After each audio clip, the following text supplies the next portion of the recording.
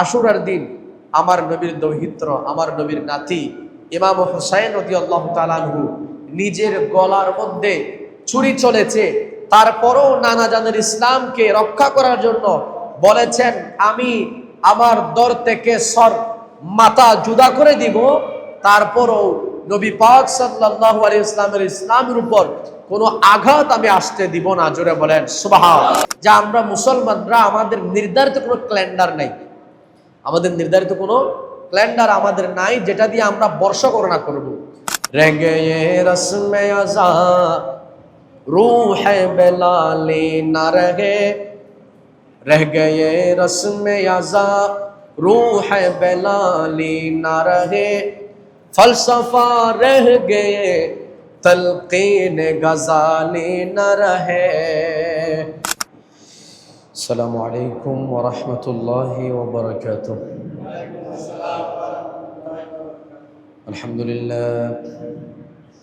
अल्हम्दुलिल्लाह रब्बिल आलमीन, खालिक़ अस्समावाति वल अर्दीन, वस्सलातु वस्सलामु अला मा काना नबिय्यन व आदमु बैनल माइ वत्तीन, व अला आलिहि व अस्हाबिहि अजमाइन। अम्मा बाद फ़अऊज़ु बिल्लाहि मिनश शैतानिर रजीम, बिफ़ज़्लि बिबरकति बिस्मिल्लाहिर रहमानिर रहीम। इन्ना इद्दतश शुहूरि इंदल्लाहि इस्ना अशरा शहरन फ़ी किताबिल्लाहि यौम ख़लक़स समावाति वल अर्द मिन्हा अर्बअतुन हुरुम, ज़ालिकद दीनुल क़य्यिम। सदक़ल्लाहुल अज़ीम व सदक़ रसूलुहुन नबियुल हबीबुल करीम। इन्नल्लाह व मलाइकतहु युसल्लूना अलन नबी, या अय्युहल्लज़ीना आमनू सल्लू अलैहि वसल्लिमू तस्लीमा। सल्लल्लाहु अला सय्यदिना व आलिहि व अस्हाबिहि वसल्लम। सल्लल्लाहु अला सय्यदिना मुहम्मद व आलिहि व अस्हाबिहि। अल्लाहुम्मा सल्लि अला सय्यिदिना मौलाना मुहम्मद व अला आलि सय्यिदिना मौलाना। ओगो नबी পরশমণি, নাই যে আপনার তুলনা, আমরা আপনার পাইনি দেখা, আপনি আমাদের ভুলবেন না। আল্লাহুম্মা সাল্লি মৌলানা মুহাম্মদ ওয়া আলা আলি সাইয়্যিদিনা মৌলানা। রহমাতুল লিল আলামিন নবীজি, রহমতেরি খজিনা, যার কদমের ধুলি লেগে यस्रिब হইল মদিনা। আল্লাহুম্মা সাল্লি আলা সাইয়্যিদিনা মাওলানা মুহাম্মদ ওয়া আলা আলি সাইয়্যিদিনা মাওলানা। সালাতুন ইয়া রাসূলুল্লাহ সালামুন ইয়া হাবিবাল্লাহ উস্তনে হান্নান আজ হিজর রসূল নালামি জদ হামচো আরবাব উকুল সালাতুন ইয়া রাসূলুল্লাহ সালামুন ইয়া হাবিবাল্লাহ গুফত পয়গম্বর চে খাহি আইসতুন গুফত জানম আসফরাকত গশত খুন সালাতুন ইয়া রাসূলুল্লাহ সালামুন ইয়া হাবিবাল্লাহ صلی علی رسولنا صلی علی محمد صلی علی حبیبنا صلی علی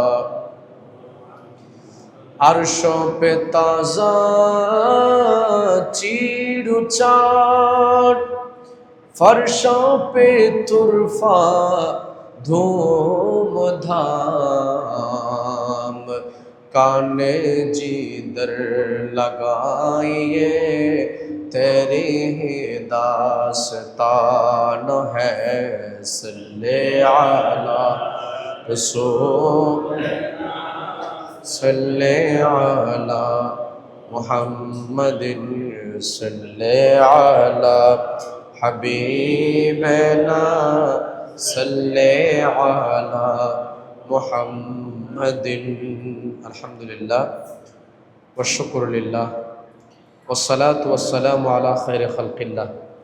মহান রব্বুল আলামিনের আলিশান দরবারে অবনত মস্তকে অসংখ্য অগণিত শুকরিয়া আদায় করছি যে আল্লাহ পাক সুবহানাহু ওয়া তাআলা আমাদেরকে দয়া করে মেহেরবানি করে আল্লাহর ঘর মসজিদ তথা অত্র এলাকার স্বনামধন্য আসসালাম জামে মসজিদের মধ্যে পবিত্র হিজরি নববর্ষের প্রথম জুমা আদায়ের লক্ষ্যে আল্লাহ পাক সুবহানাহু ওয়া তাআলা আমাদের সকলকে সমবেত হওয়ার তৌফিক দান করেছেন।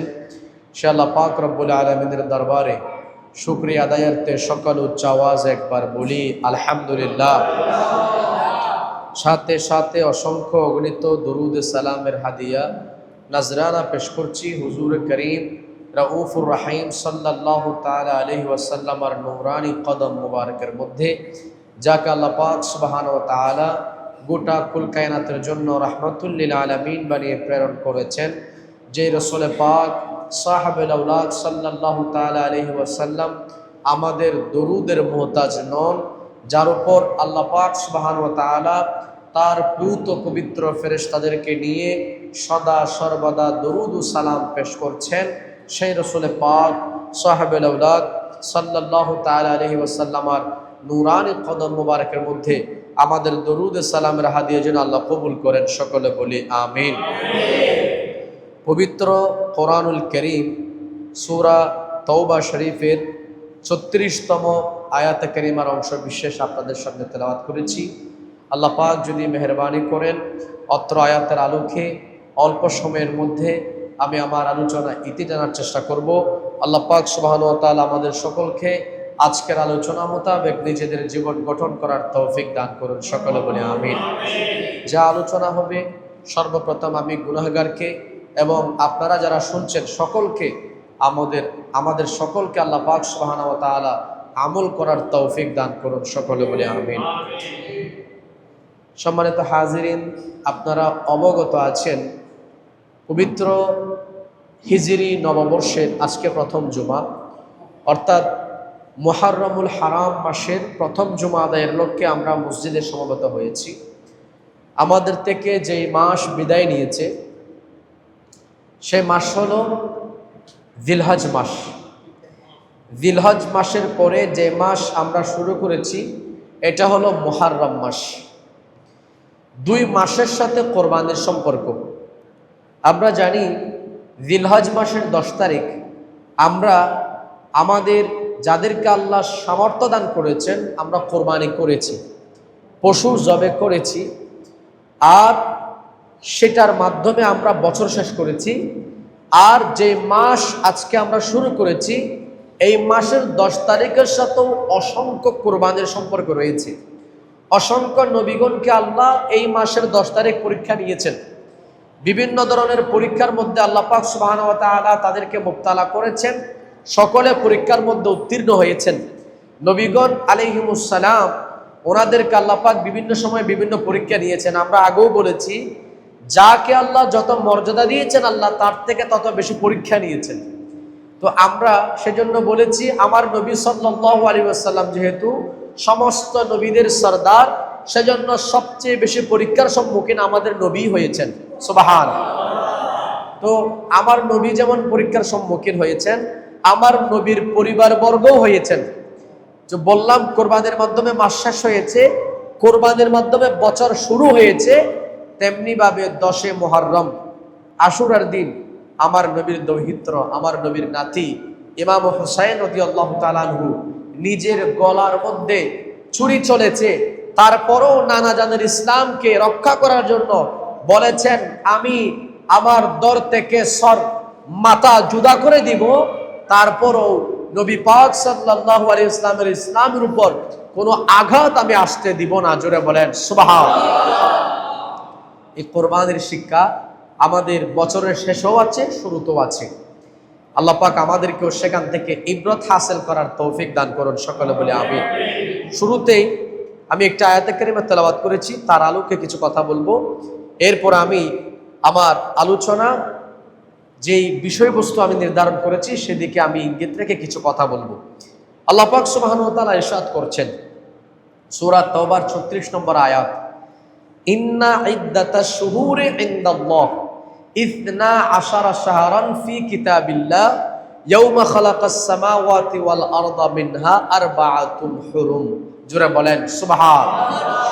আল্লাহ বলছেন, ইন্না ইদ্দাতাশ শুহুর, যখন থেকে পৃথিবীর প্রারম্ভ হয়েছে, পৃথিবীর সূচনা হয়েছে, ইয়াওমা খালাকাস সামাওয়াতি ওয়াল আরদা মিনহা, আসমান জমিন যখন থেকে শুরু হয়েছে তখন থেকে গণনার দিক দিয়ে আল্লাহর কাছে মাস হচ্ছে 12টি। কয়টি?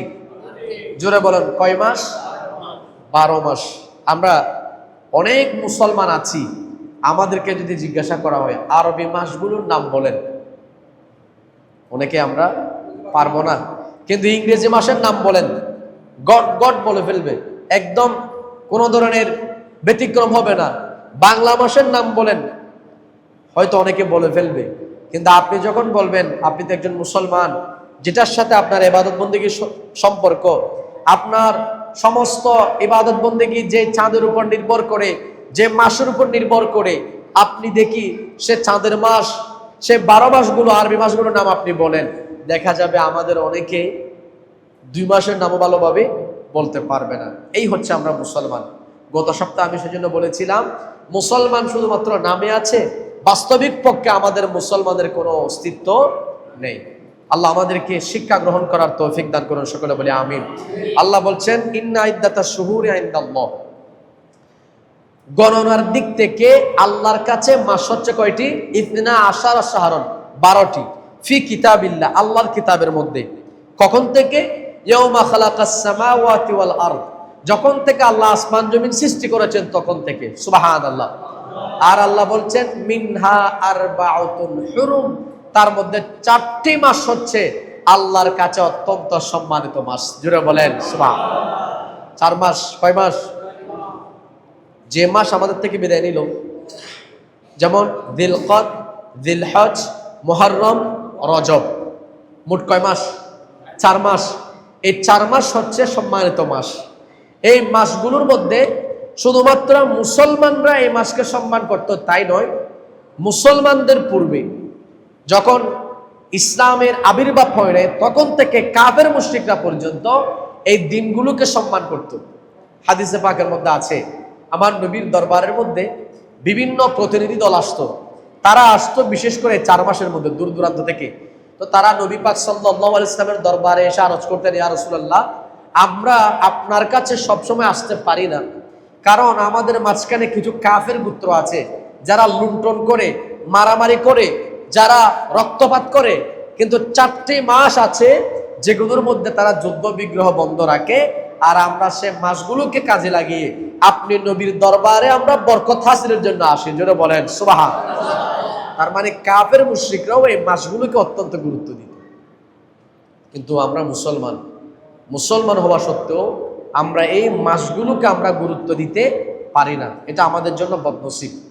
আল্লাহ আমাদেরকে, আল্লাহ পাক সুবহানাহু ওয়া তাআলা যে সমস্ত মাসকে সম্মানিত করেছেন, সময়কে সম্মানিত করেছেন, দিনকে সম্মানিত করেছেন, ওই সমস্ত সম্মানিত সময়গুলোকে গুরুত্ব দেওয়ার তৌফিক আল্লাহ আমাদের দান করুন। সকলে বলি আমিন। কোরআনে পাকের আয়াতের অনুবাদ আপনারা শুনলেন। এর আলোকে আমি কিছু কথা বলবো। প্রথমত যে কথা বলতে হয় সেটা হলো, আমরা যে বছর শুরু করেছি হিজরি নববর্ষ, এই হিজরি নববর্ষ ইসলামের প্রারম্ভ থেকে, প্রথম দিক থেকে এটা গণনা করা হতো না। আমার নবী সাল্লাল্লাহু আলাইহি ইসলামের 63 বছরের জিন্দেগি আপনারা জানেন। সে 63 বছর জিন্দেগি শেষে আমার নবী সাল্লাল্লাহু আলাইহি ওয়াসাল্লাম যখন হিজরত করলেন, মক্কা শরীফ ত্যাগ করে যখন আমার নবী মদিনা শরীফ গেলেন, তো সেখানে আমার নবী ইসলামকে বিস্তৃত করেছেন, সারা বিশ্বব্যাপী ইসলামকে ছড়িয়ে দিয়েছেন। এরপরে যখন আমার নবী সাল্লাল্লাহু আলাইহি ইসলাম দুনিয়া থেকে পর্দা করেছেন, সিদ্দিক আকবর রাদিয়াল্লাহু তাআলা আনহু খেলাফতের দায়িত্ব গ্রহণ করেছেন। হযরতে ফারুক আযম রাদিয়াল্লাহু তাআলা আনহু সিদ্দিক আকবরের পরে যখন খেলাফতের দায়িত্ব গ্রহণ করলেন, তখন একটা সূচনার কথা চিন্তা করলেন যে আমরা মুসলমানরা, আমাদের নির্ধারিত কোনো ক্যালেন্ডার নাই, আমাদের নির্ধারিত কোনো ক্যালেন্ডার আমাদের নাই যেটা দিয়ে আমরা বর্ষ গণনা করব। তখন থেকে ঈসাই সাল, যেটা আমরা গণনা করি ইংরেজি সাল, সেটা গণনা হতো। তো হযরতে ফারুক আযম বলছেন, আমরা মুসলমান, আমাদের একটা স্বতন্ত্র ক্যালেন্ডার, স্বতন্ত্র একটা আমাদের একটা বর্ষ তালিকা থাকা উচিত। তখন তিনি সাহাবায়ে কেরামদের সাথে পরামর্শ করলেন। সাহাবায়ে কেরাম একে একে পরামর্শ দিতে লাগলেন। কেউ বললেন, ফারুক আযম রাদিয়াল্লাহু তাআলা আনহু, আপনি এটাকে রমজান মাস করুন, প্রস্তাব আসলো। তো রমজান মাসের কথা বলার পরে আবার কেউ কেউ বললেন, রমজান মাস করলে তো সেখানে কিছু সমস্যা আছে, এক একজন কারণ দেখালেন। আবার কেউ বললেন, আপনি রবিউল আউয়াল মাস করুন, এভাবে বললেন। যেমন এটার ইবারতের মধ্যে আসতেছে, বিভিন্ন কিতাবের মধ্যে আছে, যেমন তারিখে তাবারির মধ্যে এটা আছে। এরপর আপনার তারিখুর রাসূল ওয়াল মুলুক, এটার মধ্যে এই রাওয়ায়াত এসেছে। বলছেন, ক্বালু আইয়ু শুহুরি নাবদাউ, তারা বললেন হযরত ফারুক আযমকে, ওগো ফারুক আযম রাদিয়াল্লাহু তাআলা বলেন, আমরা কোন মাস দিয়ে, কোন মাসের মাধ্যমে আমরা বর্ষ গণনা শুরু করব। তখন তারা বলেন, ফাকালু রমাদান, আমরা রমজান মাস দিয়ে শুরু করব।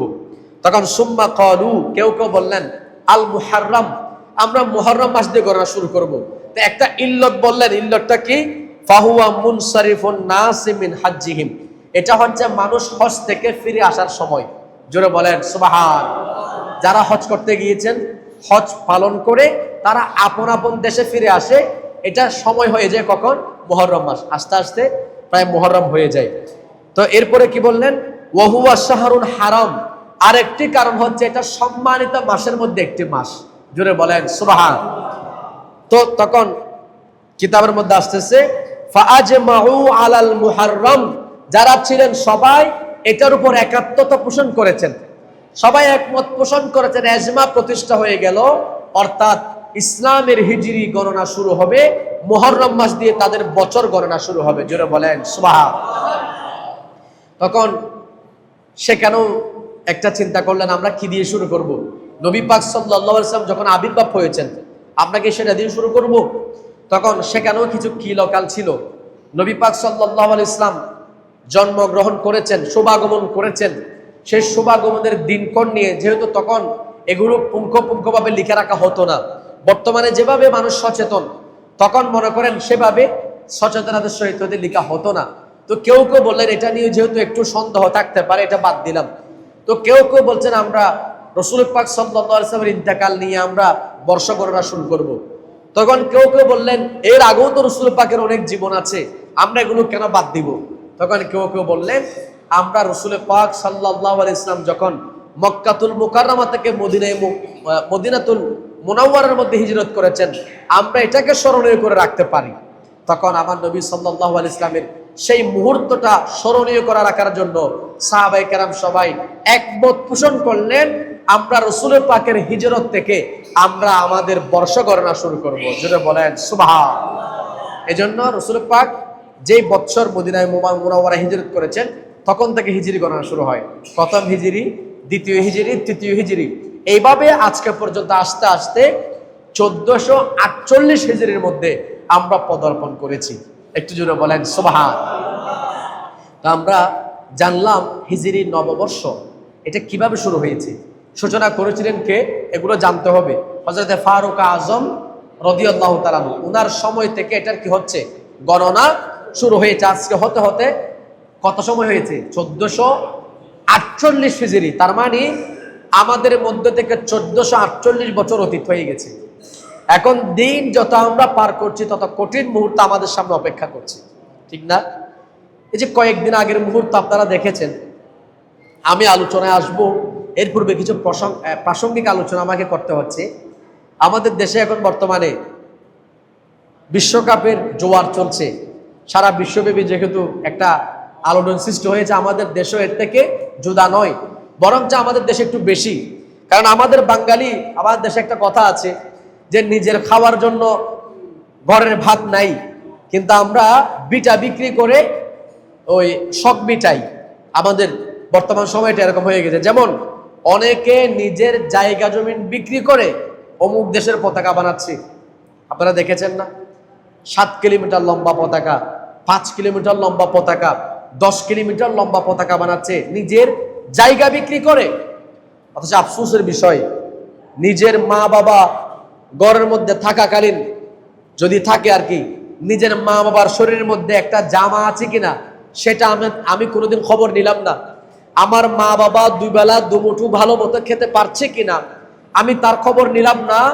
আমার মা বাবা ঠিক মতো ঘুমাতে পারছে কিনা, তার প্রয়োজন আমি মিটাতে পারছে কিনা সে খবর আমি নিলাম না। আমি আমার জায়গা জমিন বিক্রি করে আমি লম্বা লম্বা পতাকা বানাচ্ছি। জুড়ে বলেন না না। এই পতাকাকে আমাকে জান্নাতে নিয়ে যাবে? এখন বলবেন হুজুর আমরা যুবক শ্রেণী, যুবক সমাজ, আমরা একটু চাইলে তো বিনোদন করতে পারি, আমাদের বিনোদনের মধ্যে কোন আপনি হাত দিচ্ছেন?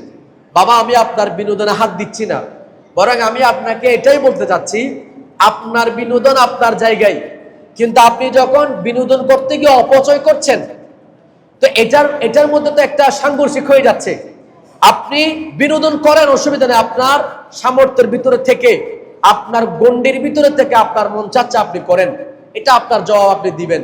কিন্তু আপনি যখন একেবারে এই বিনোদন করতে গিয়ে ইসলামের গণ্ডিকে আপনি যখন বিদ্যাঙ্গুলি দেখাচ্ছেন, অপচয় করছেন, কোরআনুল কারীম বলছেন ইন্নাল মুবাদদিরিনা কানু ইখওয়ানাশ শায়াতিন, অপচয়কারী কার ভাই?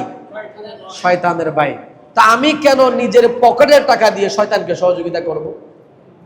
আমি এই জিনিসটা আপনাকে বোঝাতে চাচ্ছি। আপনি যে জায়গা জমিন বিক্রি করে পতাকা বানাচ্ছেন, আপনি এটা না করে অন্তত ইসলামের সুমহান সৌন্দর্য রক্ষার্থে আল্লাহর প্যারা রাসূল সাল্লাল্লাহু আলাইহি ওয়াসাল্লাম বলেছেন তোমরা গরিব দুঃখীর কি করো? সেবা করো। নবীজি বলেছেন গরিবের কি করো? সেবা করো। তা আপনাকে আল্লাহ পয়সা দিয়েছেন, আপনি ওই টাকা খরচ করে আপনার এলাকায় অনেক গরিব আছে, মিসকিন আছে, অসহায় আছে, যারা পরার জন্য একটা কাপড় পর্যন্ত নেই, আপনি তার পোশাকের ব্যবস্থা করেন। অথবা আল্লাহর প্যারা রাসূল বলেছেন তোমার মা বাবা যদি থাকে তোমার মা বাবার সেবা করো। মা বাবা দুনিয়া থেকে চলে গেছে, মা বাবা নাই, মা বাবা না থাকলে তোমার আত্মীয় স্বজন যারা আছে, যাদের সাথে তোমার মা বাবার ভালো সম্পর্ক ছিল, তুমি তাদের সাথে দেখা করো, তাদের থেকে দোয়া নাও, তুমি তাদেরকে ভালো কাপড় পরার সুযোগ দাও, ভালো খাবারের সুযোগ করে দাও, এটাই তো তোমার নাজাতের উসিলা হবে। এখন তুমি যেটা করছো এটা বরং তোমাকে জাহান্নামে নিয়ে যাওয়ার একটা কারণ হয়ে যাবে। আল্লাহ আমাদেরকে বেঁচে থাকার তৌফিক দান করো, সকলে বলে আমিন। কথা যখন বলছি এখানে আরেকটু কথা বলে ফেলি। বর্তমান সময়ে আমরা দেখছি আমাদের অভিভাবকরা সচেতন না হওয়ার কারণে, এটা আপনারা সবাই জানেন, বর্তমান ইউনিভার্সিটি বলেন, কলেজ বলেন, বিভিন্ন বিশ্ববিদ্যালয়, বিভিন্ন আপনার বিদ্যাপীঠ যেখানে আছে, যেখানে আপনার সন্তান সন্ততিরা হোস্টেলের মধ্যে থাকছে, রাত গভীরে দেখা যাচ্ছে তারা সবাই মিলে ফুটবল খেলা এনজয় করছে। পর্দার তো কোনো খবর নাই।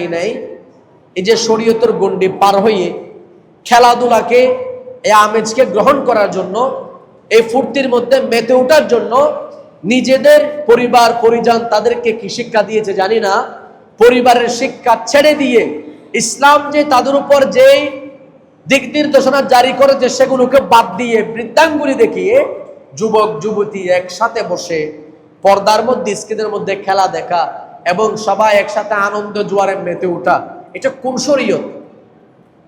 আমরা এগুলো বললে আমাদের এই ক্লিপগুলো নিয়ে অনেকে আবার ফিতনা সৃষ্টি করবে।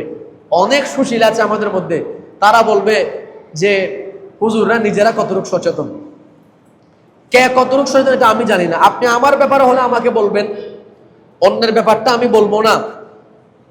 যারা ইসলামের নাম দিয়ে ইসলামকে বৃদ্ধাঙ্গুলি দেখিয়ে মুসলমানের নাম দিয়ে, নিজের নামের মধ্যে আছে মুসলমান, কিন্তু আমরা দুইজন ভাই মারামারি করতেছি অন্য দেশের জন্য। যা আপনারা বলেন, কিছুদিন পূর্বে আমাদের কিছু ভাই ফিলিস্তিনের মধ্যে তারা মার খেয়েছে, তাদের রক্ত জড়েছে, আমরা ইসরায়েলকে ধুয়ে ফেলেছি না, বলে আমরা কোকা কোলা খাবো না, পেপসি খাবো না, তাদের যত পণ্য আছে আমরা বয়কট করলাম। এরকম বয়কটের ডাক আমাদের মধ্যে দিয়েছে না? কিছু মানুষ দিয়েছে তো, এগুলো তো আপনারা জানেন। আমরা সবাই তো এটা সোচ্চার ছিলাম, কিন্তু যারা ইসরায়েলকে প্রত্যক্ষ পরোক্ষভাবে সহযোগিতা করতেছে আমি তাদের সাপোর্টার হলাম। তাহলে ঘুরে ফিরে কি হলো? আমি ইসরায়েলকে সহযোগিতা করলাম, ঠিক না? এখন আমরা এগুলো বললে আপনারা যুবক ভাইরা বলবেন হুজুরদের আর কোনো কাজ নাই, শুধুমাত্র আমাদের একটু বিনোদন আছে, এগুলো নিয়ে টানাটানি করতেছে। আমি আবারও বলছি, আপনার বিনোদন আপনার জায়গায়, কিন্তু আপনি সীমা, ইসলামের যে সীমা আছে ওটা আপনি অতিক্রম করবেন না। ওটার এজাজত আপনাকে ইসলাম দেয় নাই। আমি শুধুমাত্র আপনাকে এই জিনিসটা বোঝাতে চাচ্ছি, আপনারা যারা অভিভাবক আছেন সচেতন, আপনার সন্তান সন্ততি যাদেরকে আপনি কলেজ ইউনিভার্সিটিতে পড়তে দিয়েছেন, হোস্টেলে থাকে, রাত গভীরে তারা কি করে একটু খবর নেবেন, তারা কার সাথে সময় অতিবাহিত করছে, কিভাবে জীবন যাপন করছে, এ খবর যদি আপনি না রাখেন, কিয়ামতের ময়দানে সন্তান সম্পর্কে হয়তো আপনাকে লজ্জিত হতে পারে। সন্তানের খবর যদি আপনি না দেন, আপনার যুবতী মেয়ের খবর যদি আপনি না রাখেন, কিয়ামতের ময়দানে সে যখন কষ্টের সম্মুখীন হবে, সে বলবে আমার মা বাবা তো আমাকে সচেতন করে নাই। তখন শুধু সে আটকে যাবে না, আপনাকেও সে আটকাবে। সুতরাং আমি সময় থাকতে বলছি, আমার দায়িত্ব হচ্ছে আপনার কাছে পৌঁছে দেয়া, মানা না মানা আপনার দায়িত্ব। সুতরাং সচেতনতা, আপনারা নিজেরাই সচেতন থাকবেন, সন্তান সন্ততির প্রতি খেয়াল রাখবেন, যাতে সন্তানরা ইসলামের গণ্ডি থেকে বের না হয়। এই জন্য ছোটবেলা থেকে সন্তানদেরকে একটু কি করতে হয়, তালিম তরবিয়ত দিতে হয়। আল্লাহ আমাদেরকে তৌফিক দান করেন, সকলে বলে আমিন। দরুদ পড়েন, সালাতুন ইয়া রাসূলুল্লাহ,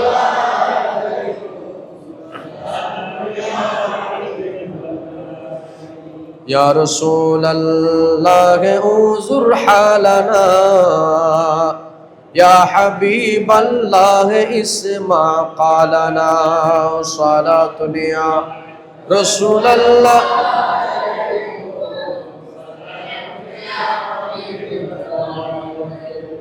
বর্ষা সূচনা নিয়ে কথা বললাম, এখন কথা বলবো মুহররম মাস নিয়ে। মুহররম মাস অত্যন্ত গুরুত্বপূর্ণ মাস।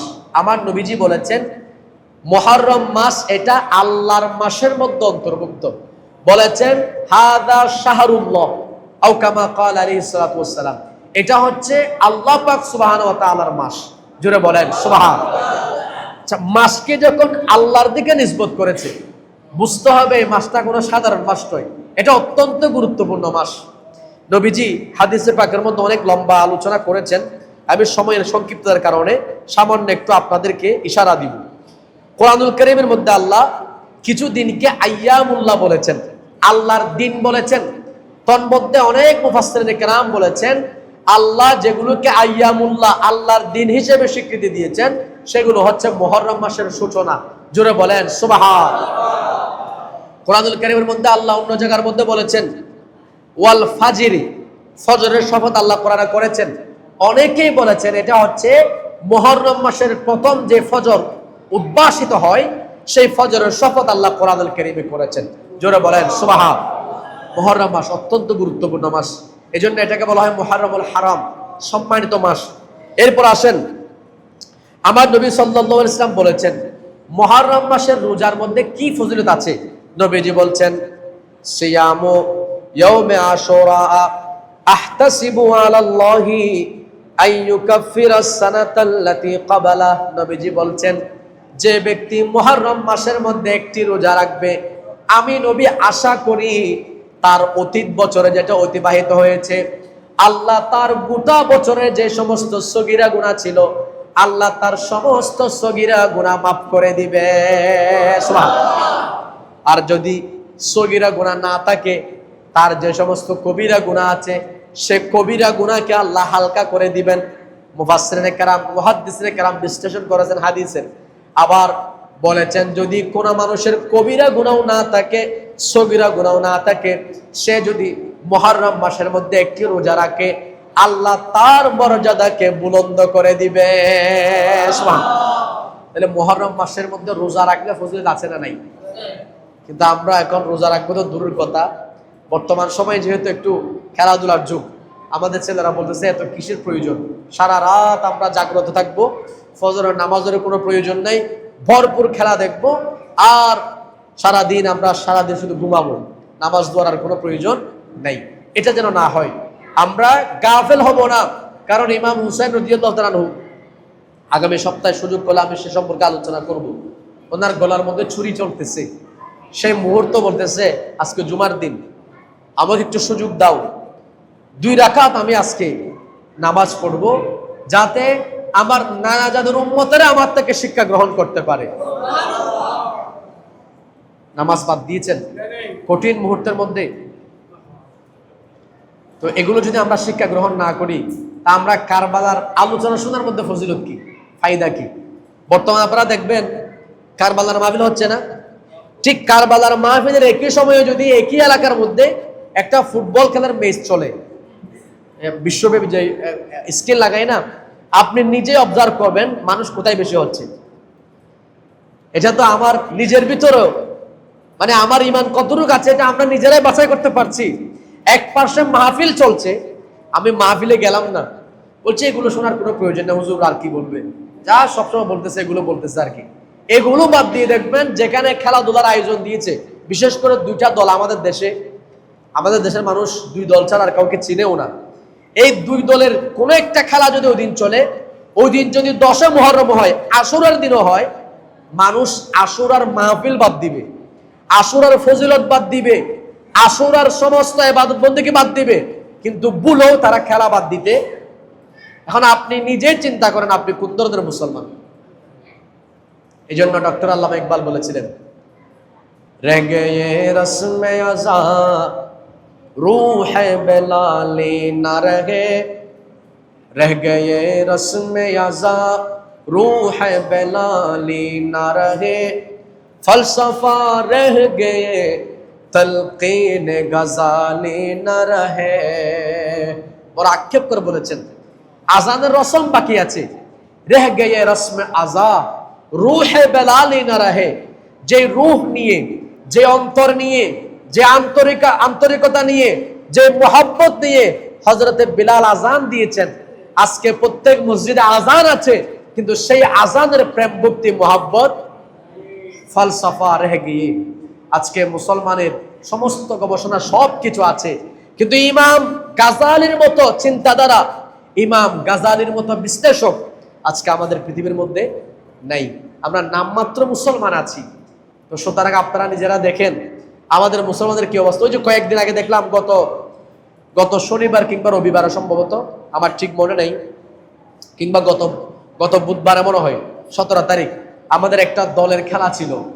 সেদিন ফজরের নামাজের না, এটা না, এর আগে সম্ভবত একটা ফজরের নামাজের সময় কয়েকজন মানুষ এটা ফেসবুকে দিল, দেখলাম মসজিদের চিত্র দেখা যাচ্ছে 4-5 জন আছে মসজিদের মধ্যে, আর ওদিকে খেলার চিত্র একই সময়, টাইমটা সেম, ফজরের নামাজের সময় মসজিদে দেখা যাচ্ছে 4-5 জন আছে, কিন্তু খেলার মাঠে দেখা যাচ্ছে অসংখ্য অগণিত। আপনি নিজে গণনা করে শেষ করতে পারবেন না।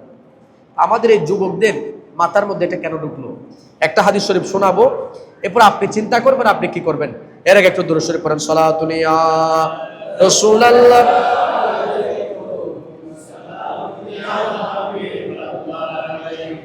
हर के इश्क़े मुस्तफ़ा सामने यूस्त বাহারো বরদর গোশায়ে দামানে ইউস সালাতুন ইয়া রাসূলুল্লাহ।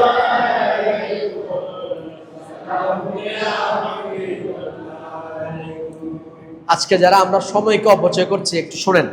আমার নবীজি বলছেন, আন ইবনে মাসউদিন মারফুআন, হযরত ইবনে মাসউদ আমার নবীর সাহাবী, ফকি সাহাবী হযরত ইবনে মাসউদ মারফু সূত্রে এই হাদিস বর্ণনা করেছেন। তিনি বলছেন, লা তাজুলু কদামা ইবনে আদামা ইয়াউমাল কিয়ামা, কিয়ামতের ময়দান যখন কায়েম হবে, সে কিয়ামতের ময়দানে বনি আদম তার দুই কদম নাড়তে পারবে না, নড়াতে পারবে না।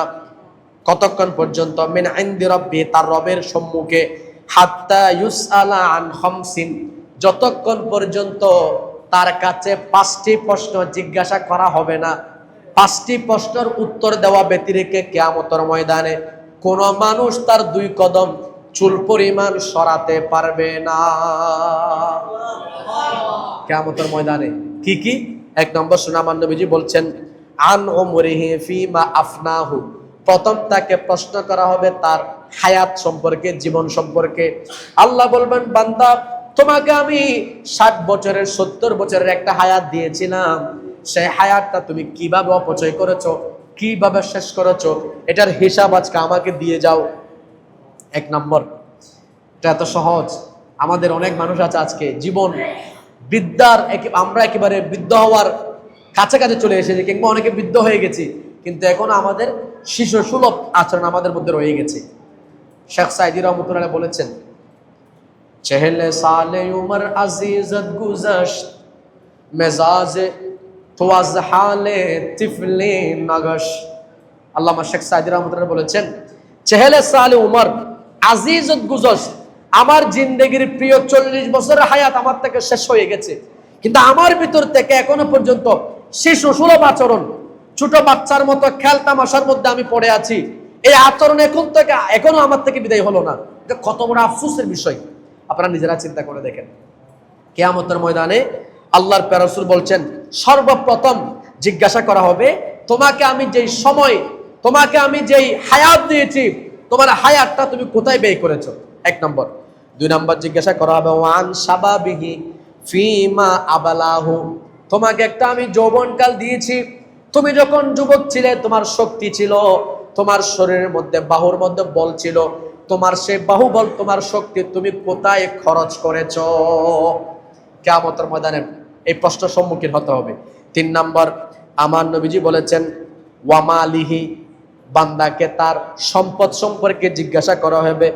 মিন আইনা ইকতাসাবাহু ওয়া ফিমা আনফাকাহু, কোথায় থেকে সে সম্পদটা অর্জন করেছে, হালাল নিয়েছে নাকি হারাম নিয়েছে, কোন পথে ব্যয় করেছে, হারাম পথে ব্যয় করেছে নাকি হালাল পথে ব্যয় করেছে। কিয়ামতের ময়দানে অবশ্যই অবশ্যই তাকে প্রশ্ন করা হবে। আজকে যারা নিজের জায়গা জমিন বিক্রি করে বড় বড় পতাকা কিনে লম্বা লম্বা পতাকা বানাচ্ছেন, কিয়ামতের ময়দানে আপনি মনে করছেন আপনাকে প্রশ্ন করা হবে না? আবার অনেকে বলবেন, হুজুর যারা লম্বা পতাকা বানাচ্ছে মনে হয় তাদের থেকে প্রশ্ন করা হবে, আমরা এদিকে ছোট ছোট যে পতাকা বানাইছি, হয়তো এগুলো নিয়ে আমাদেরকে কোনো প্রশ্ন করা হবে না। এরকম অপচয়, সেটা 1 টাকা হলো অপচয়, 1 কোটি টাকা হলো অপচয়, এটা 1 টাকা হোক, এটা তো অপচয়। আপনার কিয়ামতের ময়দানে অবশ্যই প্রশ্ন করা হবে, আপনি এই টাকাটা কোথায় থেকে ইনকাম করেছেন, খরচ কোন পথে করেছেন, কোন খাতে করেছেন, অবশ্যই আপনাকে জবাবদিহিতার মধ্যে আনতে হবে, এটা মনে রাখবেন। এরপরে আমার নবীজি সাল্লাল্লাহু আলাইহি ওয়াসাল্লাম বলছেন, ওয়া মাযা আমিলা ফিমা আলিমা, তুমি যা জানো, তোমার সে জানা বিষয় সম্পর্কে তুমি কতটুকু আমল করেছো, এটাও কিয়ামতের ময়দানে তোমাকে জিজ্ঞাসা করা হবে। যেমন এলম, আপনারা মনে করবেন এলম শুধু আলেমদের তাকে, এরকম নয়। এলম মানে কি? যে কোনো বিষয় আপনি যে জিনিসটা জানেন এটা আপনার কাছে এলম, সে সম্পর্কে আপনি কতটুকু আমল করেছেন, এটাও কিয়ামতের ময়দানে আপনাকে জিজ্ঞাসা করা হবে। যেমন আমি এতক্ষণ আপনাকে বললাম, অপচয় সম্পর্কে বুঝালাম, তাহলে অপচয় করা যে অপরাধ, এটা আপনি জানলেন কিনা? সবাই বলেন, এই জ্ঞানটা আপনার হাসিল হইল কিনা? তা আপনি জানেন যে অপচয় করা অপরাধ, তা এরপরও যদি আপনি অপচয় করেন, তার মানে বোঝা যায় আপনি আপনার জানা এলম মোতাবেক আমল করেননি। কিয়ামতের ময়দানে অবশ্যই অবশ্যই আপনাকে প্রশ্নের সম্মুখীন হতে হবে। এটা মনে রাখবেন। হাদিস শরীফ পাইলেন, আমার নবীজি বলেছেন কিয়ামতের ময়দানে এই 5টি প্রশ্নের উত্তর যতক্ষণ পর্যন্ত বনি আদম দিতে পারবে না, ততক্ষণ পর্যন্ত সে তার 2 কদম তার জায়গা থেকে সে নড়াতে পারবে না। এরপর আসেন আরেকটা হাদিস শোনাই, ওরা আফসোস করবেন। এই যে মুহররম মাস, গত বছর মুহররম মাস গেল, আমাদের মনে হচ্ছে এই মাত্র কয়েক মাস আগে গিয়েছে, কিন্তু গোটা একটা বছর আমাদের থেকে অতিবাহিত হয়ে গেল। খবর হয়েছে? এটা শুধু আমার মনে হচ্ছে তাই নয়, একটা রমজান যেতে না যেতে আর একটা রমজান কখন আসতেছে খবর নাই, খুব দ্রুত চলে আসে। একটা মুহররম না যেতে আর একটা মুহররম চলে আসছে, একটা রবিউল আউয়াল না যেতে আর একটা রবিউল আউয়াল দ্রুত চলে আসছে। এটার মানে কি? এটা কিয়ামতের অন্যতম একটা আলামত। আমরা দিন দিন কিয়ামতের করিব হচ্ছি, নিকটবর্তী হচ্ছি, কিন্তু আমরা এখনো অলসতার মধ্যে, গাফিলতির মধ্যে ডুবে আছি। দেখেন আমার নবীজি বলছেন, আনাস ইবনে মালিক মারফুআন, হযরত আনাস ইবনে মালিক তিনি মারফু সূত্রে হাদিস বর্ণনা করেছেন। নবীজি বলছেন, লা তাকুমুস সাআতু হাত্তা ইয়াতাকারাবাজ জামান। নবীজি বলছেন কিয়ামত ততক্ষণ পর্যন্ত কায়েম হবে না যতক্ষণ পর্যন্ত সময় অতি দ্রুত অতিবাহিত হবে না, সময় অতি নিকটবর্তী হবে না। তার মানে হাদিসে পাকের মধ্যে বলছেন, ফাতাকুনুস সানাতু কাশশাহরি, একটা বছর অতিবাহিত হবে মনে হবে একটি মাসের মতো, একটি বছর একটি মাসের মতো হয়ে যাবে, এত দ্রুত সময় অতিবাহিত হবে। এরপর আমার নবীজি আরো বলছেন, ওয়াশ-শাহরু কাল জুমাতি, একটা মাস অতিবাহিত হবে একটি সপ্তাহের মতো, এত দ্রুত সময় ব্যয় হবে। এরপর নবীজি আরো বলেছেন, ওয়াতাকুনুল জুমাতু কাল ইয়াউমি, একটা সপ্তাহ অতিবাহিত হবে মনে হবে একটা দিনের মধ্যে শেষ হয়ে গেছে। এরপরে আমার নবীজি বলছেন, ওয়ায়াকুনুল ইয়াউমু কাসসাআতি, একটা দিন অতিবাহিত হয়ে যাবে একটি ঘন্টার মতো, 1 ঘন্টার মধ্যে মনে হবে পুরো দিনটা শেষ হয়ে গেছে। আপনি দেখবেন কাজ করবেন, কোনো বরকত পাবেন না, সময়ের মধ্যে কোনো বরকত পাবেন না, দ্রুত সময় অতিবাহিত হয়ে যাচ্ছে। এটাই বাস্তবতা। এরপরে আমার নবীজি আরো বলছেন, ওয়াতাকুনু সাআতু কাদ্দারামাতি বিন্নার, আর একটা ঘন্টা একটা সময় এমন ভাবে অতিবাহিত হবে, একটা শুকনা লাকড়ির মধ্যে আগুন লাগতে যেমন দেরি হয় না, দীর্ঘ সময় এত দ্রুত অতিবাহিত হয়ে যাবে মানুষ বুঝতেও পারবে না। জোরে বলেন না নাউজুবিল্লাহ। আজকে আপনারা নিজেরা দেখেন আমার নবীজির এই হাদিসের সাথে আমরা মিল পাচ্ছি কিনা। নবীজি যে বলেছেন সময় অতি দ্রুত অতিবাহিত হবে, সময়ের মধ্যে কোনো বরকত হবে না, এটা আমরা পাচ্ছি কিনা। আপনারা দেখেন এক জুমা না যাইতে আরেক জুমা খুব দ্রুত চলে আসছে, একটা মাস কত দ্রুত শেষ হচ্ছে, একটা বছর কত দ্রুত শেষ হচ্ছে। এটা মূলত বছর শেষ হচ্ছে না, সময় শেষ হচ্ছে না, আমার হায়াতের বাজেট শেষ হচ্ছে, কিন্তু আমরা এখনো পর্যন্ত সচেতন হতে। ডক্টর আল্লামা ইকবালের ওই একটা শেয়ার খুব প্রসিদ্ধ, আমরা পড়ি, খাবে গফলত মে সোয়ে হুয়ে মুমিনো আয়েশো ইশরত ভাড়ানে সে ক্যা ফায়দা। খাবে গফলত, তুমি এই গফলতের, তোমার এই আপনার দুনিয়ার চাকচিক্যের মধ্যে ডুবে থাকা এই স্বপ্নের মধ্যে আর কতদিন বিভোর থাকবে, আর কতদিন তুমি গাফেল থাকবে। আয়েশো ইশরাত বাড়ানে সে ক্যা ফায়দা, এইভাবে তুমি তোমার জিন্দেগি অতিবাহিত করার মতো তোমার লাভটা কি আছে তুমি বলো। কারণ আমরা যে সময়টা অতিবাহিত করছি প্রত্যেকটা মুহূর্ত আমার জন্য অত্যন্ত গুরুত্বপূর্ণ।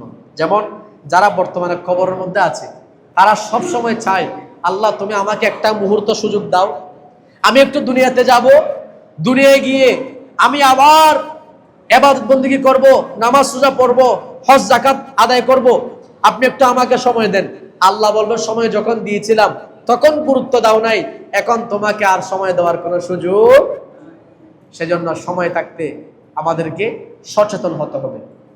যদি এটা আমরা না পারি কবরে গিয়ে আমাদেরকে আফসোস করতে হবে, যেভাবে আমাদের অনেকে পূর্ববর্তী কবরের মধ্যে গিয়ে এখনো কি করছে, আফসোস করছে। আমি এদিকে আর সময় বাড়াচ্ছি না, আমি আজকে একটা দিনে 3টি বিষয় নিয়ে কথা বলার চেষ্টা করছি, সময় নাই। আগামী সপ্তাহের মধ্যে ইনশাল্লাহ আমি মুহররমুল হারামের দিকে ইঙ্গিত রেখে চেষ্টা করব হাসনাইনে কারিমাইদের সম্পর্কে কিছু আলোচনা করব। আজকে আর একটা বিষয় বাকি আছে, সেটা হলো আশুরা। যেহেতু আমরা আগামী জুমার আগে হয়তো আশুরা চলে আসবে, তখন আশুরার কিছু আমল আছে সেগুলো আপনার থেকে ছুটে যাবে। সেজন্য আমি সর্বপ্রথম আশুরা নিয়ে কিছু আলোচনা করব। আল্লাহ পাক সুবহানাহু ওয়া তাআলা আমাদের সকলকে ধৈর্য ধারণ করে শোনার এবং সেই মোতাবেক আমল করার তৌফিক দান করে, সকলে বলে আমিন। প্রথমে বলি আশুরা, এটা তো আমরা সবাই পরিচয় আছি। আশুরা শব্দের অর্থ হচ্ছে দশম, তার মানে আশুরার দিবস হচ্ছে দশম দিবস। প্রথম, দ্বিতীয়, তৃতীয় এভাবে গণনা করলে মুহররমের 10 তারিখ যেটা আছে সেটাকে আমরা আশুরা হিসেবে পরিচিত, এটাকে আমরা চিনি। আমার নবী সাল্লাল্লাহু আলাইহি ওয়াসাল্লাম আশুরার অনেক ফজিলত বর্ণনা করেছেন। নবীজি সাল্লাল্লাহু আলাইহি ওয়াসাল্লাম যখন হিজরত করে মক্কা শরীফ থেকে মদিনা মুকাররমায় গেলেন, সেখানে দেখতে পেলেন ইহুদিরা আশুরার দিন রোজা রাখছে। কি রাখছে? রোজা রাখছে। নবীজি বললেন, তোমরা কেন রোজা রাখছো? তখন তারা বলল, আমাদের নবী মুসা কালিমুল্লাহ আলাইহিস সালামকে আল্লাহ এই দিন ফেরাউনের অনিষ্টতা থেকে আল্লাহ পাক নাজাত দিয়েছেন। আল্লাহ পাক ওনাকে নীলনদ বাহারে কুলজুম, আল্লাহ পাক ওনাকে নিরাপদে সমুদ্র পার করে দিয়েছেন আর ফেরাউনকে ডুবি মেরেছেন। এই জন্য আমরা এটার শুকরিয়া আদায়ার্থে আল্লাহর দরবারে রোজা রাখি। জোরে বলেন সুবহানাল্লাহ। নবীজি বললেন, ইহুদিরা মুসা কালিমুল্লাহ তোমাদের থেকে আমার কাছে বেশি নিকটে, সুতরাং তোমরা যদি রোজা রাখতে পারো আমি নবী আরো বেশি হকদার। এই সাহাবায়ে কেরাম, আমি নবীও রোজা রাখছি, তোমরাও রোজা রাখো। নবীজি বললেন, তবে খবরদার, রোজা রাখার ক্ষেত্রে তোমরা একটা রোজা রাখবে না। আমি নবী বলছি, ইহুদিরা যেহেতু একটা রোজা রাখে, আমরা যদি একটা রোজা রাখি তাদের সাথে সাদৃশ্য হয়ে যাবে। আমরা একটা নয়, আমরা দুটা রোজা রাখবো, কারণ ইহুদি খ্রিস্টানদের বিরোধিতা করা এটার নামেই ইবাদত। জোরে বলেন সুবহানাল্লাহ। নবীজি কি বলেছেন? খালিফুল ইহুদা ওয়ান নাসারা, ইহুদি খ্রিস্টানদের বিরোধিতা করো। এখন আমরা মুসলমান ইহুদি খ্রিস্টানদের মতো চুল কাটি, ইহুদি খ্রিস্টানদের গায়ে যে জামা শোভা পায় আমি সেই গেঞ্জি আমি গায়ে দিয়ে, সেই পোশাক গায়ে দিয়ে আমি বড় আনন্দ পাই। কেন? নবীজির পোশাক নাই, নবীজি সাল্লাল্লাহু আলাইহি ওয়াসাল্লামের সুন্নাহ নাই। এই যে এখানে যারা এসেছেন, আমি যদি আপনাদেরকে বলি, আপনারা একজন মানুষ বলেন যারা এগুলো মানে সবাইকে না, বাকিদের কাছে এটা আসবে না, যারা তাদের অনুসরণ করেন তাদের ব্যাপারে বলবো। নবীজি বলছেন, মান তাশাব্বাহা বিকওমিন ফাহুয়া মিনহুম, যে যার সাথে সাদৃশ্য রাখে সে তার অন্তর্ভুক্ত। এখন আমি চুল কাটা যদি তার মতো হয়ে যায়, এটা আমি গত সপ্তাহে বলেছি, আমি একটু ইশারা দিচ্ছি এই জন্য, আমার গেঞ্জি পরা, আমার বেশভূষা, আমার চলাফেরা, এগুলো যদি সব তার সাথে মিলে যায়, তো নবীজি বলছেন যে যার সাথে সাদৃশ্য রাখে তার অন্তর্ভুক্ত। তা আমি তো এখন তার অন্তর্ভুক্ত হয়ে গেলাম, তার নাম আছে মুসলমান, লাভটা কি হইল? আমার মৃত্যুটা কিসের উপর হচ্ছে? এই জিনিসটা আপনি চিন্তা করবেন। নবীজি বলছেন আশুরা রোজা রাখার ক্ষেত্রে, ইবাদতের ক্ষেত্রে পর্যন্ত বলে দিয়েছেন একটা রোজা নয়, তোমরা দুটা রাখবা। কেন? ইহুদি খ্রিস্টানের সাথে না মিলে মতো।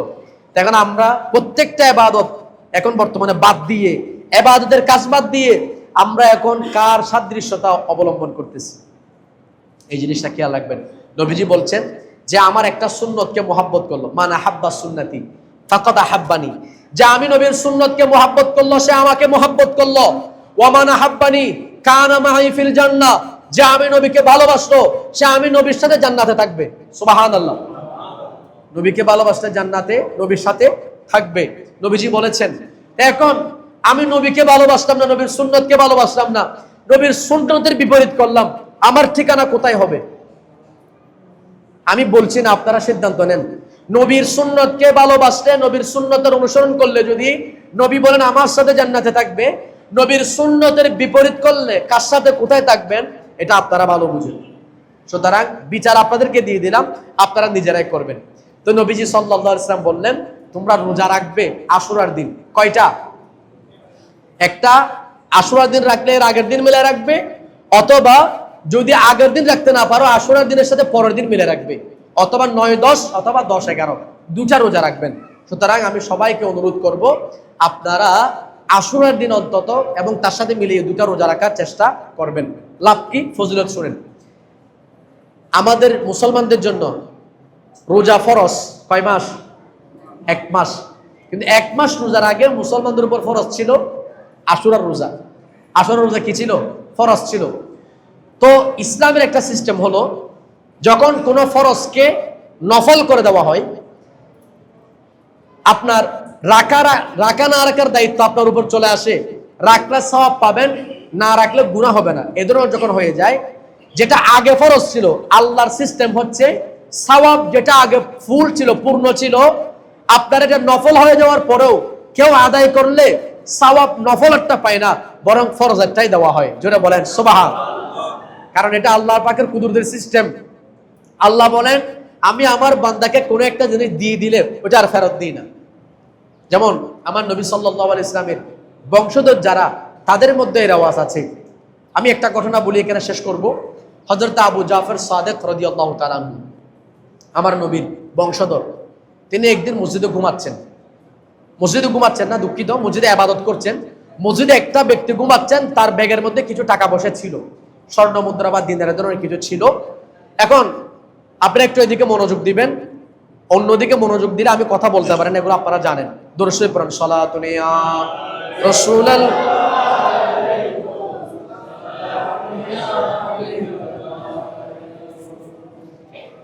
হযরতে জাফর সাদেক রাদিয়াল্লাহু তাআলা তিনি ইবাদত করছেন। একজন মানুষ সেখানে বিশ্রাম করছিল মসজিদের মধ্যে, যদিও বা মসজিদে বিশ্রাম করার কোনো অনুমতি নাই। ইতিকাফ যারা করবে তারা পারবে, ইতিকাফের নিয়ত হলে, এটা ভিন্ন বিষয়। তো উনি মসজিদের মধ্যে, সম্ভবত আমরা হুসনে জন রাখি, ভালো ধারণা হতে পারে তিনি ইতিকাফ সহকারে মসজিদের মধ্যে আছেন। তো একটা ব্যাগ নিয়ে তিনি শুয়ে আছেন। তার ব্যাগের মধ্যে কিছু গুরুত্বপূর্ণ জিনিস ছিল, স্বর্ণ মুদ্রা ছিল, দামি দামি টাকা পয়সা ছিল।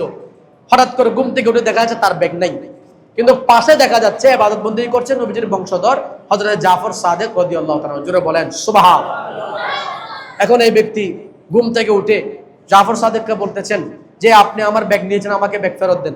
বলে, আমি তোমার ব্যাগ নিই নাই, আমি তো ইবাদত বন্দেগীতে মশগুল, তোমার ব্যাগ আমি কোত্থেকে নিব? এখন সে নাচুর বন্ডা, না, আপনাকে আমার ব্যাগ দিতেই হবে, এখানে দ্বিতীয় কোনো ব্যক্তি নেই, আপনিই একমাত্র আছেন, আপনি আমাকে ব্যাগ ফেরত দেন। এখন যখন বারবার বেশি জোরাজুরি করতেছে, হযরত জাফর সাদেক রাদিয়াল্লাহু তাআলা আনহু তাকে এনে একটা ব্যাগ যা যা ছিল বলছে সবকিছু দিয়ে তাকে এক ব্যাগ ভর্তি টাকা পয়সা স্বর্ণ মুদ্রা যা দেওয়ার ছিল সব দিয়েছেন। কিছুক্ষণ পরে দেখা যায় তার বন্ধু ব্যাগ নিয়ে আসলো, দুষ্টুমি করেছে। কারণ এরকম আমাদের মধ্যে অনেকে করে না, বন্ধু বান্ধব শুয়ে আছে, তার জিনিস একটা নিয়ে চলে গেছে, দুষ্টামি। আবার অনেক সময় এরকম না, দেখলে চুরি, না দেখলে মস্কার, এরকম নয়। এটা হচ্ছে এক ধরনের, সে একটু মজা করেছে বন্ধুর সাথে। কিছুক্ষণ পরে ব্যাগ নিয়ে ফিরে আসলো, বলছে, ধরো তোমার ব্যাগ আমি নিয়ে গেছিলাম, তোমার সাথে একটু মজা করেছিলাম। এরপরে সে অবাক হয়ে গেল যে এই ব্যক্তি একজন সাদাসিধে ব্যক্তি, নামাজ পড়ছে, আমি ওনার সাথে জুলুম করলাম, ওনার সাথে আমি বাদানুবাদ করলাম, তার থেকে আমি জোর করে এক ব্যাগ তার থেকে আমি ছিনিয়ে নিলাম। তখন বলছে, হুজুর আমি বুঝতে পারি নাই, আপনি আপনার জিনিসগুলো রেখে দেন।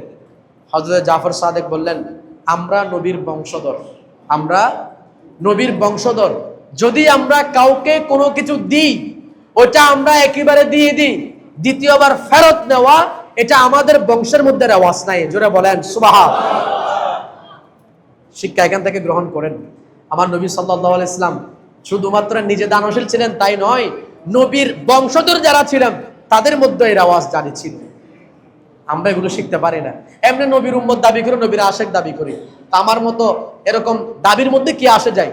যতক্ষণ পর্যন্ত আমি নবী পাক সাল্লাল্লাহু আলাইহি ওয়াসাল্লাম আমাদেরকে যা শিখিয়েছেন, নবী পাক সাল্লাল্লাহু আলাইহি ওয়াসাল্লামের যেই সুন্দর আচার আচরণ, এগুলো যদি আমি শিখতে না পারি, তা আমার আর নবীর আশেক দাবি করার মধ্যে, নবীর উম্মত দাবি করার মধ্যে আমার ফায়দা কি? এটা যেন না হয়। তা আশুরার দিন আমি বললাম এই আমলগুলো করার চেষ্টা করবেন। আমাদের দেশের মধ্যে কিছু রেওয়াজ আছে, 70 দানার আপনার ওই বিভিন্ন একটা, এটাকে কি বলে, 70 দানার খাবার তৈরি করা, এটাও কিতাবের মধ্যে আছে। আবার কেউ কেউ এগুলাকে বেদাত বলবে, এটা বেদাত নয়। হযরতে নূহ আলাইহিস সালাম যখন তিনি আপনার ওই কিস্তি নিয়ে, আপনারা জানেন দীর্ঘদিন পর্যন্ত তিনি, গোটা পৃথিবী যখন প্লাবন হয়ে গেছিল, তিনি একটা জাহাজের মধ্যে ছিলেন। সেই জাহাজ যখন জুদি পাহাড়ের মধ্যে এসে ভিড়েছিল, তিনি যেদিন সেখান থেকে নামলেন, সেখান থেকে নামার পর এই 70 দানা মিশ্রিত খাবার তিনি তৈরি করে সবাইকে খাইয়েছিলেন। এটা সেখান থেকে আওয়াজটা আসছে। এটা একমাত্র আমাদের সুন্নি সমাজের মধ্যে আছে, অন্য কোথাও নাই, আপনি কোথাও পাবেনও না, কারণ এগুলো এদের কাছে বেদাত। আর কি করবেন, এই মুহররম মাসের 10 তারিখ আশুরার দিন এতিমের মাথার মধ্যে হাত বুলিয়ে দেওয়ার চেষ্টা করবেন। এতিমের মাথায় একটু তেল দিয়ে দেওয়ার হলে চেষ্টা করবেন, তাকে কিছু খাওয়ানোর চেষ্টা করবেন। এগুলো অনেক ফজিলত আছে, সময় সংক্ষিপ্ততার কারণে আমি লম্বা করতে পারছি না। এই আশুরার যে সমস্ত ফজিলত আছে ছোটখাটো, এগুলো আপনারা দেখে নেবেন। বিশেষ করে আমাদের মাসিক তর্জুমান যেটা বের হয়, মাসিক তর্জুমান আপনারা দেখবেন, এই মাসিক তর্জুমানের মধ্যে এগুলার আপনারা বিস্তারিত পাবেন। আরেকটা হাদিস এখানে একটু করে বলে দিই। হযরত সুফিয়ান সৌরি রাদিয়াল্লাহু তাআলা আনহু তিনি বলছেন, আশুরার দিন বাহিরের মানুষ না, শুধু নিজের পরিবার পরিজন, নিজের ঘরের মধ্যে যারা আছে তাদের জন্য ভালো খাবারের ব্যবস্থা করবে, আল্লাহ গোটা বছর ব্যাপী তাকে ধন সম্পদের মধ্যে অফুরন্ত বরকত দান করবেন। কোন দিন? আশুরার দিন। আশুরার দিন যদি বাহিরের মানুষ নয়, শুধু নিজের ঘরের মধ্যে করলেও আত্মীয় স্বজন যারা আছে, নিজের ঘরের পরিবার পরিজন যারা আছে অন্তত তাদের জন্য যদি কেউ ভালো খাবারের ব্যবস্থা করে, হাদিসের মধ্যে আসতেছে, কিতাবের মধ্যে আসতেছে, গোটা বছর আল্লাহ তাকে তার আয় রোজগারের মধ্যে, তার সম্পদের মধ্যে আল্লাহ অফুরন্ত বরকত দান করবেন। সুফিয়ান সৌরি বলছেন, আমি ফাজার রপ্তু, আমি এটাকে পরীক্ষা করে দেখেছি, মিন খামসিনা আও সিত্তিনা, 50 থেকে 60 বছর পর্যন্ত আমি এটাকে কি করেছি? পরীক্ষা করেছি। বলে আমি প্রত্যেক বছরে কল্যাণেই পেয়েছি। জোরে বলেন সুবহানাল্লাহ। সুতরাং আমরা তো, এটা আমাদের নিজের দায়িত্ব, নিজের পরিবার পরিজনকে ভালো মন্দ খাওয়ানো, ভালোভাবে একটু তাদের খাবারের ব্যবস্থা করা। তবে আশুরার দিন যদি আপনি আলাদা আয়োজন করেন, এটার বিনিময়ে আপনি ভালো বেনিফিট পাবেন। অসুবিধা কি? আমাদের তো এমন কথা আছে, লাভে এটা আর কি আমরা যেটা বলি চিটাঙ্গার ভাষায়, লাভে লোয়া বয়। তা আমরা এটা একটু লাভ যখন আছে, সবসময় তো আমরা পরিবার পর্যন্ত করছি, আশুরার দিন একটু আলাদাভাবে খাবারের ব্যবস্থা করব। পাশাপাশি আশেপাশে যারা আছে তাদের জন্য আমরা ভালো খাবারের ব্যবস্থা করব। গরিব গুণী আপনার গরিব মিসকিন যারা আছে তাদেরকে একটু খবর নিব। এইভাবে আমাদের আত্মীয় স্বজন যারা আছে তাদেরও খবরাখবর নেওয়ার চেষ্টা করব। আল্লাহ পাক সুবহানাহু ওয়া তাআলা আমাদের সকলকে ভালো কাজগুলো বেশি বেশি করার তৌফিক দান করুন। সকলে বলি আমিন। ওয়া মা আলাইনা ইল্লাল বালাগ। সময় সংক্ষিপ্ততার কারণে এখানে শেষ করছি, বাকি আলোচনা